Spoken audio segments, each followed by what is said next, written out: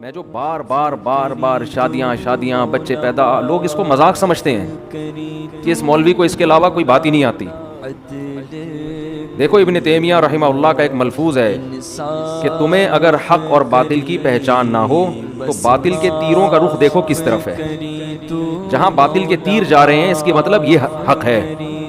اس وقت غیر مسلم جو اسلام دشمن قوتیں ہیں وہ نماز کو ختم کرنے کے لیے پیسہ خرچ نہیں کر رہے، وہ اس کی کوشش نہیں کر رہے کہ مسلمانوں سے رمضان ختم ہو جائے. نا نا نا نا، ان کو اس سے کوئی غرض نہیں ہے آپ روزے رکھو نہ رکھو. آپ حج کرو، وہ کہتے ہیں کرو. جب آپ حج کرتے ہو ہماری پروڈکٹ بکتی ہے حاجیوں سے، ساری ملٹی نیشنل کمپنیوں کی پروڈکٹ ہے جو مکہ مدینہ میں بک رہی. گوشت جو خالصتاً مسلمانوں کا کام تھا ذبح کرنا حلال، وہ بھی برازیل سے آ رہا ہے. تو ان کو نہ میرے بھائی ہمارے حج سے کوئی تکلیف ہے، نہ ہماری نمازوں سے، نہ ہماری زکاتوں سے. انہوں نے دو چیزوں کو فوکس کیا ہے، وہ ہماری طرح پرلے درجے کے بے وقوف نہیں ہیں کہ بیکار چیزوں میں اپنی صلاحیتوں کو برباد کریں. ہماری طرح بے وقوف لوگ تھوڑی ہیں. وہ سوچتے ہیں، پلاننگ کرتے ہیں، یار کس چیز کو فوکس کرو. نہ انہوں نے اسلام کو ہدف بنایا ہے کہ یار اسلام ٹھیک ہے، جاؤ دنیا میں بڑے بڑے مدارس ملیں گے آپ کو.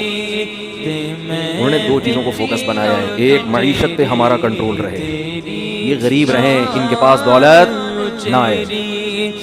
آپ مسلمان بن جاؤ، بہت اعلیٰ درجے کے غلام ان کے ہو، کوئی بات نہیں، کوئی مسئلہ نہیں. اگر میرا غلام حاجی نمازی ہو تو ہے تو غلام نا. عزت کس کی ہے؟ عزت تو میری ہے، اس کی تھوڑی ہے. تو میرے ٹکڑوں پہ پل کے تو نماز پڑھتا ہے. یہ میں روزی نہ دوں اس کو تو یہ حج بھی نہیں کر سکتا. سب کچھ میرے ہاتھ میں ہے. پھر کرو حج، ہماری کسٹڈی میں کرو، سب کچھ کرو لیکن ہماری کسٹڈی. تو پہلی چیز جس کو وہ فوکس کر رہے ہیں وہ کیا ہے؟ معیشت. تبھی سودی نظام مسلط کیا ہوا ہے دنیا پہ، کیونکہ اس سے پیسہ چند ہاتھوں میں سمٹ کے جا رہا ہے. اسلامک بینکنگ کی مخالفت، اگر یہ بہت زیادہ اسلامک بینکنگ پھیلنا شروع ہو گئی نا تو اتنے آرام سے اس کو نہیں پنپنے دیں گے یہ لوگ. اور اسلامک بینکنگ بھی پورے طور پر کوئی معیاری اسلامی نہیں ہے. معیاری اسلامی ہو جائے پھر تو دنیا ہی پلٹ جائے گی. ایسی منصفانہ، ابھی تو یہ پوری دنیا میں کفریہ نظام ہے تو اس میں کھانچا کھولا ہوا ہے کہ چلو کچھ some thing is better than nothing, ورنہ وہ 100% تھوڑی ہے جیسا ہونا چاہیے. تو ایک ان کی خواہش یہ ہے کہ تم محتاج رہو معیشت میں کس کے؟ ہمارے. سمجھتے ہو؟ معیشت میں ہمارے محتاج رہو. کبھی بلوچستان میں ہمیں کانے کھودنے کی اجازت نہیں ہے. ہم اگر کان کھودنے کی بات کرتے ہیں تو ان کی کانپیں ٹانگنا شروع ہو جاتی ہے. ان کے پاس تو پیسہ آ جائے گا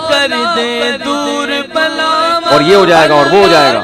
اور اگر وہ اس پہ کمپرومائز کر لیں کہ چلو پیسہ کماؤ، پھر وہ کہتے ہیں پیسہ کما کے غلام ہمارے بنے رہو، عسکری لحاظ سے مضبوط نہیں ہو. جیسے سعودی عرب کا حال ہے، پیسہ بہت ہے، کوئی فورس ہی نہیں ہے، کوئی مضبوط طاقتور جہاز بھی امریکہ دے رہا ہے. ہم سعودی عرب گئے تھے تو وہاں کے جو لوگ تھے انہوں نے بتایا کہ امریکہ سے جہاز لیے ہیں سعودی عرب نے. ان پہ جب چاہے امریکہ ان کو، جیسے ہوتا ہے نا موبائل میں آپ یوں کرو، اب کھول کے دکھاؤ اس کو، اپنے موبائل میں پاسورڈ لگا تو یہ زگ زیگ والا، کسی کا باپ بھی اس کو کھول نہیں سکتا.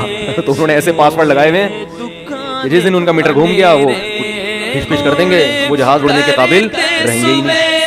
اس لیے میں کہتا ہوں پاکستان غریب ہو کے اسلامی لحاظ سے سعودیہ سے اچھا ہے، غریب ہے مگر عسکری لحاظ سے مضبوط ہے. کچھ نہیں ہے ہمارے پاس، بھوکے ننگے بھکاری ہیں. فوج ہمارے پاس ہے، اس پہ فخر کیا کرو. فوج میں خامیاں درجنوں ہیں لیکن فوج کو من حیث الفوج برا نہ کہا کرو. سمجھتے ہو؟ ایک ہی تو چیز تمہارے پاس بچی ہے جس پہ تم ڈرا سکتے ہو کسی کو. اگر اسی کا مورال ڈاؤن کر دیا، صبح شام مخالفتیں کر کے مہم چلا تمہارے پاس، تو پھر کچھ بچے گا ہی. خیر کہاں سے کام جلدی سے سمیٹوں اس بحث کو.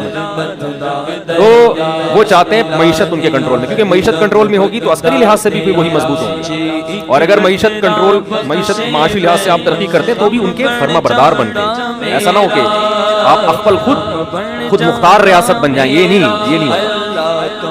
دوسری چیز جس کو بہت زیادہ فوکس کیا جا رہا ہے، بلکہ اس کو پہلی سے بھی زیادہ فوکس کیا جا رہا ہے، وہ ہے فیملی سسٹم کو ختم کیا. فیملی سسٹم، جب بھی آپ کسی قوم کو اپنے نظریات دینا چاہتے ہو اس کا خاندان رکاوٹ بنتا ہے. میں مسلمان کیوں ہوں؟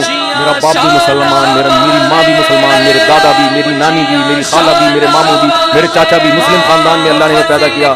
اسلام کے حسن کو ہم نے اپنی آنکھوں سے دیکھا. اب انشاءاللہ اللہ کی رحمت سے امید ہے کوئی دنیا کی لالچ اللہ کی رحمت سے امید ہے ہمیں اسلام سے نہیں ہٹا سکتی انشاءاللہ. وہ یہ چاہتے ہیں کہ ان کا خاندانی نظام تباہ ہو تاکہ یہ حکومتوں کے غلام بنے. سمجھتے ہو پورے ڈیپینڈ کس پہ کریں؟ گورنمنٹ پہ. پھر گورنمنٹ جو نظریہ دینا چاہے, جب آپ جس کے ٹکڑوں پہ پلتے ہیں تو اسی کے نظریے کو ایکسپٹ کرتے ہو نا. پوری دنیا انسانوں کو خدا کی غلامی سے نکال کے انسانوں کی غلامی میں لانا چاہتی ہے. سیکولر اور لبرل گورنمنٹ حکومت چاہتی ہے بچہ اپنے باپ کو نہ کھلائے. بوڑھے باپ کو کون کھلائے گا؟ گورنمنٹ. بچے کو کون کھلائے گا؟ گورنمنٹ. بھائی کو کون کھلائے گا؟ گورنمنٹ. پھر جو کہے گی وہی ہوگا. گورنمنٹ کو باپ بنا کے رکھو اپنا.